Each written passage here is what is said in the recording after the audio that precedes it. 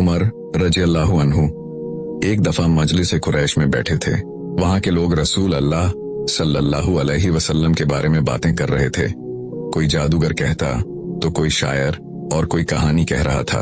लेकिन अब्बू जहल ने कहा, हम जानते हैं मोहम्मद सच्चे हैं। हम सिर्फ इसलिए नहीं मानते कि हमारे कबीला का शरफ उन पर चला जाएगा। उमर ये बात सुनकर सोच में पड़ गए।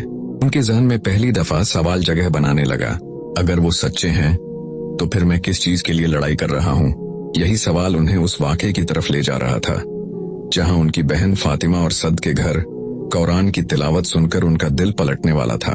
मक्का का एक दिन उमर इब्न अल खत्ताब रजी अल्लाहु अन्हु गुस्से में भरे हुए अपने असा लाठी के सहारे चल रहे थे।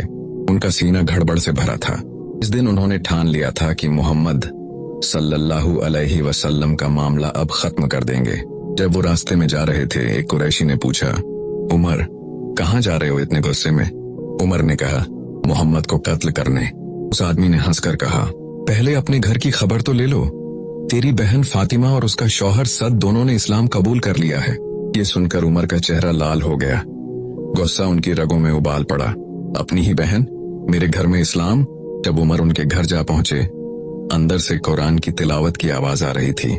ये तिलावत खब्बाब बिन अरकम कर रहे थे, जो उन्हें कुरान सिखा रहे थे।